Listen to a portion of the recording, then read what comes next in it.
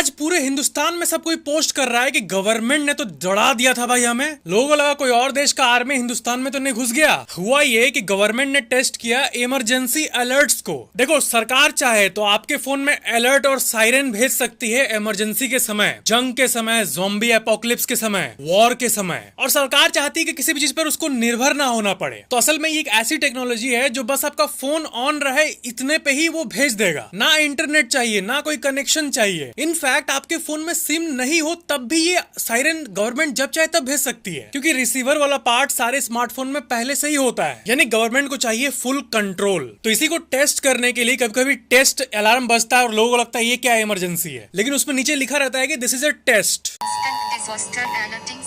सब कहने लगे कि मोदी जी क्या भेज रहे हो ही। वैसे आप चाहो तो इस आइटम पे क्लिक कर सकते हो।